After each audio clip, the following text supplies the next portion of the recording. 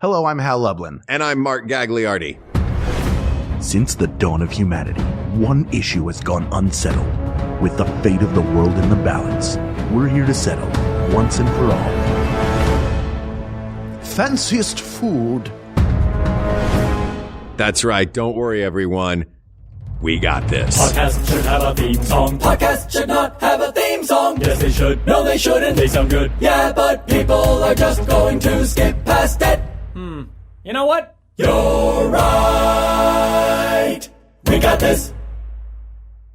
Well, Hal, I see that I'm the only one here that dressed appropriately for this episode. I thought we were doing tails and gloves. Hey, this sweatsuit has a tuxedo painted on it, so it counts. Yeah, I can see that, Hal, but we're not. Look, here's the thing. And you know what? You led me right into my first question of this episode, which I'm very excited about. We get a lot of what's the best, what's the worst, what's the most, but I don't think we've ever had fanciest before. No. So we're talking fanciest foods. And here's the thing, Hal. Here's my first question out the gate. Okay.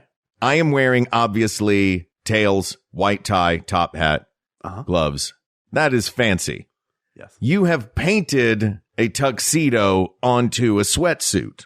Yes, the word tuxedo. That's right. Yes.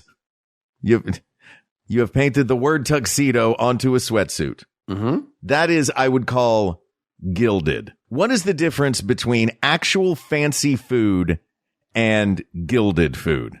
I think fancy is like, I don't know. There's just something, I think a fancy food. It's something that would make you go, ooh, fancy. And it doesn't have to be the weirdest possible thing. I think some of them are just luxurious high-end foods. I think those can be fancy because you can make anything fancy. You could take a bowl of Captain Crunch and find the world's best chef and they will make a deconstructed dish with it that turns it into a fancy food. But I think that there are other foods that just feel, and this is not, we're each bringing three to this, but for example, I could say truffles. Truffles are everywhere, but they are known to be a fancy food. They're rare. They're more difficult to find. They're more expensive. So it makes it fancy to add it to something. It elevates immediately. Yeah. I think that to me would be a fancy food, not a gilded food. You could use it to gild a Hot Pocket and then it elevates the Hot Pocket. Hot Pocket, not a fancy food. But gilded and elevated are different things, I think, too. And because that's when I come to like, what's the fanciest food? And I'm trying to scour the world for these fancy foods. I come across things like Salt Bay's Beverly Hills restaurant, which serves a tomahawk steak that is plated in gold. And I'm like, that's not actual gilded. Fancy food. That's gilded. That's silly food. We're talking, but let me ask you this. Does fancy necessarily have to be expensive? I would argue that bowl of Captain Crunch turned into an elevated dish could make something very fancy. Does fancy? I think we have to decide what fancy means. Is it intention? I think they tend to cost a lot. Should they? No. For example, you want me to throw out the first thing on my list? And I can use that as a part of this conversation. I'm going to throw lobster out there. Okay. Lobster now is a very fancy food. It is decadent. It is high priced. Do you know the origin of eating lobster in America? No, I don't. It was originally seen as kind of like a scuzzy, like a pigeon of the sea. And it was it was a prison food. Oh. That was I want to go to that prison. I believe 19th, 18th century. At some point it shifted and became a fancy food. Now it is, that is the thing on the menu that says market price. Yeah. So oftentimes you don't even know what it costs. It's the catch of the day. It feels fresh. There's something that feels fancy about it to have lobster. Plus you get to wear a little bib. Yeah. I love lobster. Clothing. Man. Have you ever cooked lobster before? I haven't. I famously do not like seafood at all. So You don't do shellfish even? You'll do shrimp. I'll do shrimp. I'll do peeled shrimp and I'll marinate it and then do it on the grill. I'll skewer and do it on the grill. That I like. Okay. I like scallops, but I have not made them. I will get them at a restaurant and eat them and enjoy them very much. I do love scallops. Scallops are a perfect sized little bit of protein. Yes. Yeah, they're great. I do love a scallop. I love a lobster as a fancy food. And this goes right into my first one. And I don't mean, I'm not trying to give short shrift to your initial choice, but it feels like it goes along with this one because when I'm thinking fancy, I'm thinking fancy. And it's not, necessarily exquisite. I think of fancy, it has a little bit of flash to it, a little bit of flair to it. Okay. And while a lobster is an expensive, beautiful ingredient, a truffle is an expensive, beautiful ingredient. A lobster can be part of my first one. Okay. And that is a seafood tower. I think a seafood tower is one of those fancy foods that, because you've got a bed of lobster on the bottom. This is a multi-tiered dish. I've seen them. I've had them before. I've had the pleasure of enjoying a seafood tower. I think this one in particular on the menu was like $750. It was like a crazy thing. It was like, it was a very much a celebration kind of thing, but it was, it's a bed of lobsters on the bottom. And then the second tier is a bed of delicious scallops or some other seafood. And then at the top, you've got a little container of caviar up there with some toast points that go with the whole thing. Everything is iced down. It's presented beautifully, frequently on a lazy Susan, so you can spin it around. You get the beauty of slurping oysters, all of these different assorted cold seafood treats. You know what it is? It's if a lobster moved to Hollywood in the 19-teens and went, I want to make it. And then that lobster got a job in a Busby Berkeley for like a Ocean Busby Berkeley movie. Yeah. This is the finale scene of the Ocean Busby Berkeley movie. It's where the Little Mermaid meets the Be Our Guest scene from Beauty and the Beast, is the seafood tower. Do you know what seafood towers make me think of? What? Remember how Heathcliff the cat lived on a pile of rusted out cars, like a big tower of them, like he lived in a junkyard high rise? Uh-huh. That's what I think of when I think, because sea creatures are gross looking. So you could have like weird claws sticking out if there's snow crab in there. Like it can look like like some weird Dr. Frank, like, behold my ultimate creation. All of the creatures of the sea have come together in one tower, iced down, cold to the blood. What could go wrong? What could go wrong with my creation? You know what it is? It's like if a bowl of shrimp can grab a face in Beetlejuice, a seafood tower can become sentient and just take over that whole town. It looks like something, who was the bully in Toy Story? Sid. Yeah, it looks like something Sid made out of his sister's toys. What you're saying it looks like, have you Googled an image of a delightful plateau de fruits de mer? No, I'm just looking at it in my head. Do you want me to look one up and see? No, I just want to know. No, I don't want you to look one up at all. I want you to describe the one that's in your head. It's just a pile of them on top of each other in weird shapes. I mean, this is all right. It's a little bit more, it's more like a tea tower. I understand it's a series of plates, but it's still like everything in it looks weird and there's stuff poking out. I see one with like claws and those pointy spindly legs they use to move themselves around the ocean floor in there. You know what this is? This is an exclusive club. This is an exclusive club of the most expensive oceanic ingredients that was just lifted from the disco district of the sea floor and placed on your table. Everyone's at this party, baby. And look at all that caviar we got on top. That is $750 an ounce beluga caviar on there. Nasty fish eggs. Fish egg. Boy, we've been fooled. First, they take prison food and go, no, this is real good. You should pay a lot for it. And then they're like, you know what's better than fish is almost fish. Here, Don't you dare call shellfish almost fish. Oh, you're talking about the caviar. Caviar, yeah. They're not fish yet. It's roe. That's true. Eggs. They are almost fish. My goodness. Yeah, I'm not a huge caviar fan. That would be the part that I would leave off. I'd be like, somebody else take this top tier. I'm going down here and I'm going to eat 3 of these lobsters. Yeah, of course. You want the lobster. Is that what you have at a buffet at Vegas? Do you go get the lobster? Of course. Yeah. My goal at a buffet is to leave with them having lost money. That's where you get it back. Jennifer used to get crab legs at buffets and she would break these apart and eat them and be like, there's no meat in these things. You're cracking open like a yardstick of crab leg of their weird like legs. And then she pulls out like a marble of meat to dip in some butter and eat. And I'm like, it can't be worth it. There's way more that you can't eat than you can. I guess, you know what? That's a really good point about a seafood tower is on that seafood tower. Once you're done eating it, it looks identical and you're still hungry. Exactly. All the husks are there. They're like, oh, that was a good appetizer. You're like, no, you don't get it for, that's an appetizer, right? It's not like a main course, is it? No. It's for a party. It's very much a, like, we're throwing a party thing. Yeah. Like, I would say minimum 6 top table. I mean, it is fancy. I agree it's fancy. 100% it's fancy. But there's a lot weird about it. I'm going to continue with my basic Bobby way of going around life. I think I'm a huge lover of red meat. My personal favorite, I love a prime rib. A prime rib. We love a ribeye. A tomahawk's just like a fancy version of that. But I do think that the most elegant and therefore fanciest cut of red meat is the filet mignon. It's really easy to make. It's simple. When it's made well, it tastes great. Yeah. You do need to season it a little bit. It pairs with surf and turf. It pairs really well. There's the most elevated version of surf and turf is the filet mignon and lobster together. Yeah. That's like, I'm here for like the fancy Yalta conference and I'm going to eat it. Great. I'm excited about that.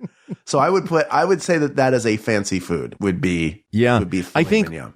If we're looking at fancy meaning just the best version of a staple, you know what I mean? Beef being a staple, this is the fanciest version of beef being one of the things that we have all the time. And and you can get a great filet mignon anywhere in the world. How do you like yours cooked? Medium rare. That is, to me, is the only acceptable answer is you have it medium rare. Some people, I think, are grossed out by that. I wouldn't go any higher than medium, but I think after that, it starts to dry out and it's not a very fatty cut of meat. So you're way better off getting it medium rare. What about you? I am frequently medium rare, but if it's a really, really high-end place where I'm getting a really high-end filet mignon, I go rare. Really? Yeah, I go rare, where it's still cool. I mean, it's basically seared but a really good filet mignon is so tender it just falls apart, melts. Yeah, melts. Still mooing? Is that what you're?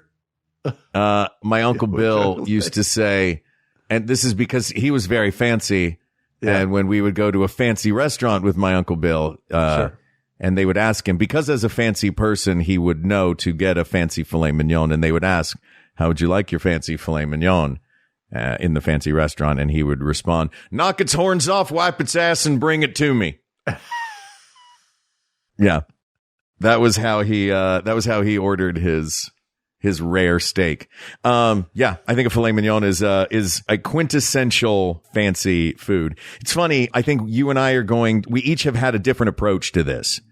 In coming up with your 3, you are the classy version of fancy. Okay. I am the flashy version of fancy. Sure. So my first was the seafood tower. Yes. My second choice for fanciest food is, I hope this counts because it is a meal in multiple parts. Oh. But okay, it is the full 3 courses of a fondue meal. So fondue in general, I think you can say fondue. Pinnacle fancy. Okay, good. Because this was what we did for the prom. Prom night was fondue night because we were like, this was when you're a senior in high school in Knoxville, Tennessee, when you go, what is the fanciest thing we can eat? Right. We go out for fondue, which our version of it was cheese to begin, dipped with little bread and apples, and it was topped with Kirschwasser brandy, and that was set on fire at the top of the meal. And then it's, we got that tableside preparation with that. So you've got a little bit of the, you got a flame in there. That's the first course. Then the second course is, you're cooking your own meat, and we did the broth version, not the hot oil version, because I preferred that. They said it was a little healthier and a little tastier because it was actually a broth and not just oil. Yeah. So we did that and then ended with a chocolate fondue fountain that we dipped little toothpicks. And I think the benefit of fondue is it has toothpicks. Fancy to me, the potential for toothpicks is high. Sure. A little picks. Mark, did you go to the melting pot? I did. Yeah. I loved the melting pot. There's a melting pot out here. I know I said I was going to the state fair. I know you have plans, but you want to ditch those plans and go to Melting Pot? I do want to go. No, I don't want to ditch my plans, but I do want to go to Melting Pot. Well, it's only open that one time. It's open one time a year, and it's when you have something else. Dang it. Have you had the Melting Pot experience? Not for years and years, but yes. Yeah. It's good. What was your, It's not fancy to me, but I wouldn't disqualify it from this. That's the fancy's in the eye of the beholder. We're going to come to something I think that we both agree is universally fancy. There is something cool about it. I think about it more as like 70s house party. Let's have a fondue party. Because you can bring a bunch of different foods. You don't have to cook for a bunch of people. They can cook it their darn selves. We had a fondue fountain that we got. My aunt Shelley got it for us for, I think it was either an engagement or wedding present that we had on our registry, which we used 0 times on us. We were like, we're going to fondue because we liked the melting pot. Yeah. But we never did it. And eventually, sorry, Aunt Shelley, we gave it away. Oh. You mentioned the fondue fountain. It took me a second. I was like, he's talking about chocolate, right? And then my brain flashed to, you guys didn't try to do like the hot oil fondue with this and just, you stick your meat into the hot oil fountain that's going and just hold it under there splattering until it's cooked. It wasn't a fountain. It was just a pot. Oh, okay. So we could have if we wanted to, but I would have done like a beef broth. For beef or just like a clear broth, like maybe vegetable broth for everything. Anyway, you've heard 2 fancy foods from each of us. We're going to take a quick break. When we come back, we'll each reveal our final fancy food, and then we will plan the ultimate fancy feast. We'll be right back. Wait, that's cat food. Shh. It's fancy. Hey, Sydney, you're a physician and the co-host of Sawbones, a marital tour of misguided medicine, right? That's true, Justin. Is it true that our medical history podcast is just as good as a visit to your primary care physician? No, Justin, that is absolutely not true. However, our podcast is funny and interesting and a great way to learn about the medical misdeeds of the past as well as some current, not-so-legit healthcare fads. So you're saying that by listening to our podcast, people will feel better? Sure. And isn't that the same reason that you go to the doctor? Well, you could say that, but... And our podcast is free? Yes, it is free.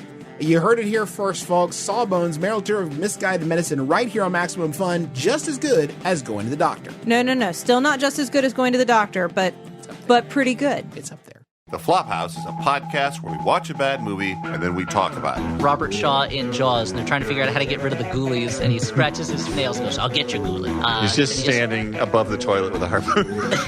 No, I was just looking forward to you going through the other ways in which Wild Wild West is historically inaccurate. You know how much movies cost nowadays when you add in your popcorn and your bagel bites and your cheese fritters? You can't go wrong with a Henry Cavill mustache. Here at Henry Cavill Mustaches, the only supplier. The Flophouse. New episodes every Saturday. Find it at MaximumFun.org. All right. Final fancy food. Now, I was going to say caviar initially. Not that I eat it, but it just feels like, oh, what a fancy food. But it's in the seafood tower. So I want to go with something that I think you will appreciate. I want to pick a dessert. And I want something that's set on fire in front of you. I'm going to go with Cherries Jubilee. Oh. Cherries and ice cream.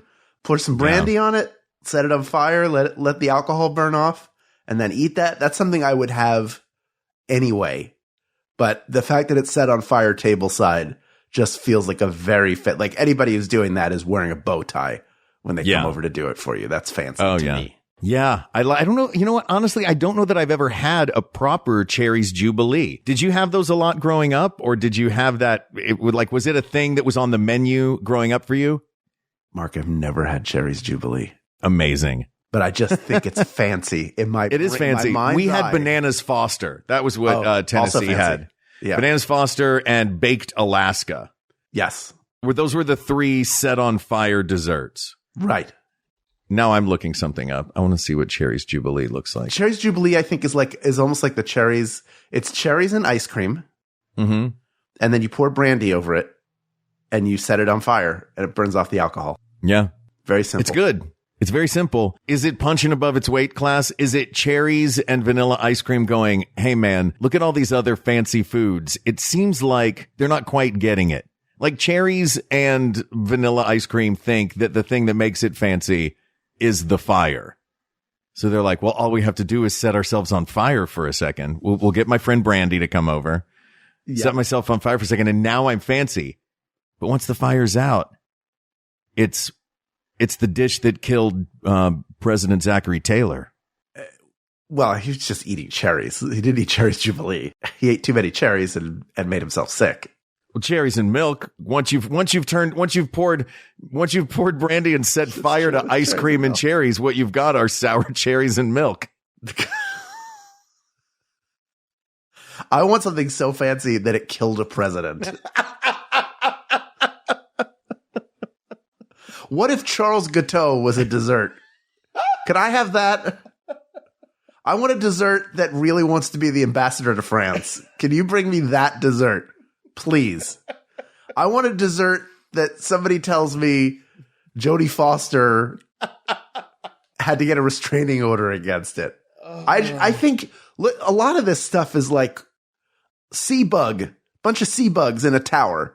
Not fancy. Come on, man. But I guess it is. Put them all together. It is very fancy because they're expensive foods. This is basic stuff mixed together for sure.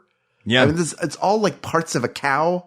Filet mignon is just a different part of the cow. Yeah. Hey, listen, I mean, you know how hard it is to harvest the cow's cherries to get this dessert? This is fancy in terms of its presentation and the fact that it is a show. That makes it fancy. Well, look, I'm on board. I'm on Team Cherries Jubilee. We will go get Cherries Jubilee. We just don't know if it's the winner of this ultimately. We don't know. I'm going to throw out my third one. Okay. Though I'm going to tell you the one that I was going to do that I'm not going to do, which is Grey Poupon mustard. Simply because it is the simplest, most mundane of foods that by putting it in a glass jar, that was all it took to make it fancy. And its only thing is it's fancy. It's also when you're in a limo and you pull up to another limo. Yeah. You have to check to see if they have it. I think that person had Grey Poupon and they were like, let's see if this guy in the stretch Rolls Royce has any. Pardon me, sir. Do you have any Grey Poupon? He probably doesn't. But so of course. Oh, damn it. Drive. So I'm not going with Grey Poupon.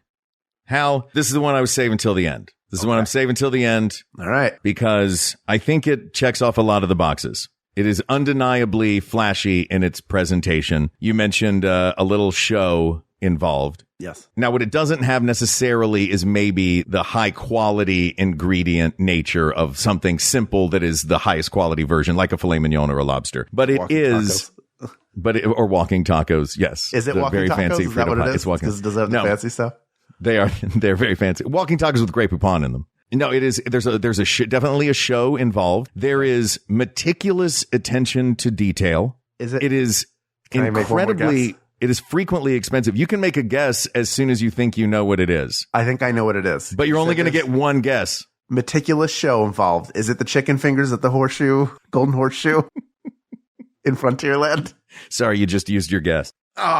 No, Hal, it's not. I'm going to keep going, and then you can tell me once you realize what I'm talking about. I think I know what you're talking about. Okay. It is frequently lauded for its beauty, this food.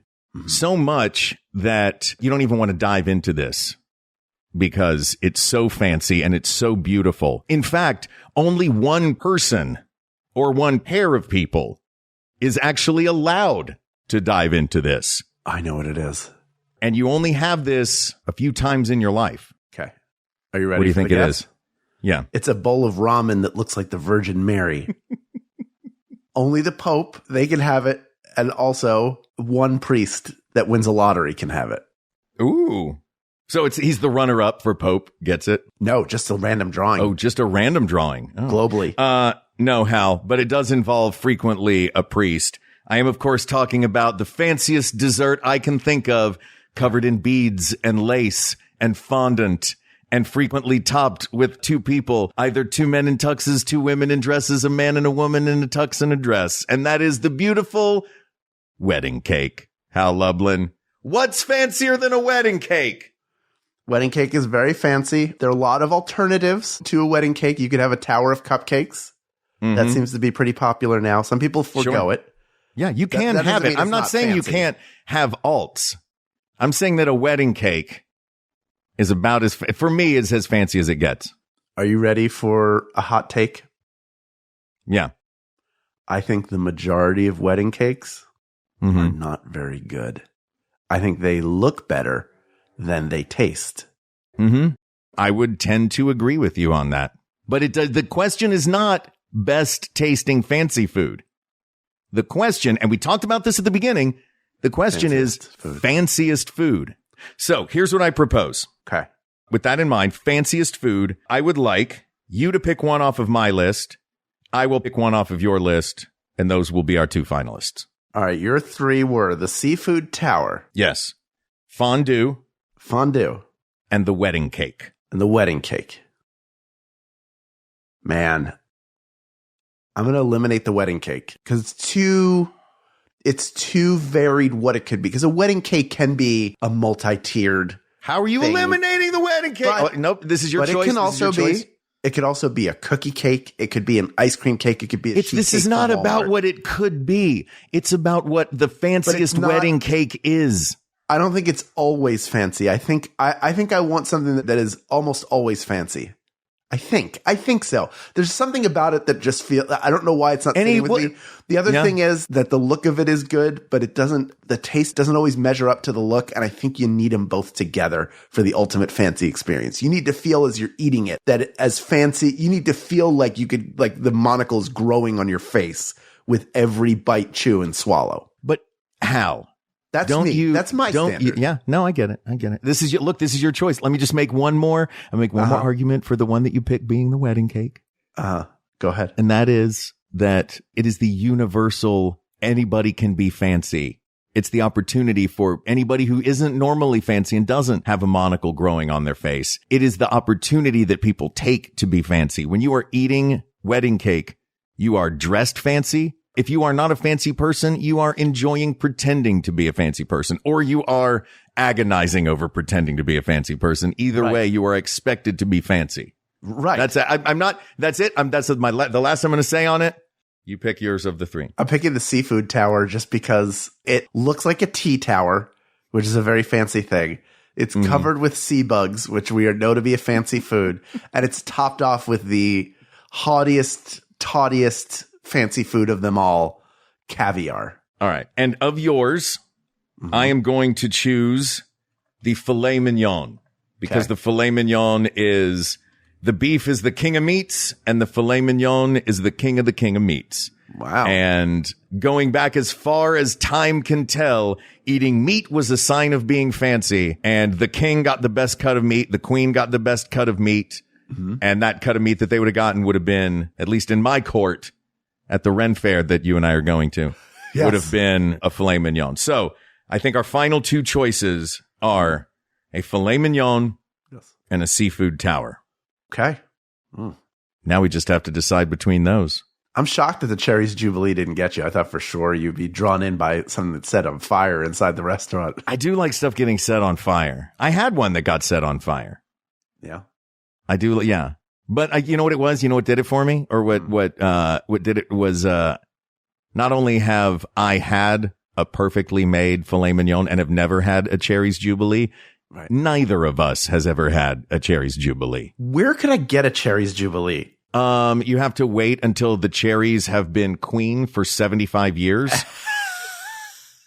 And then you get a Jubilee.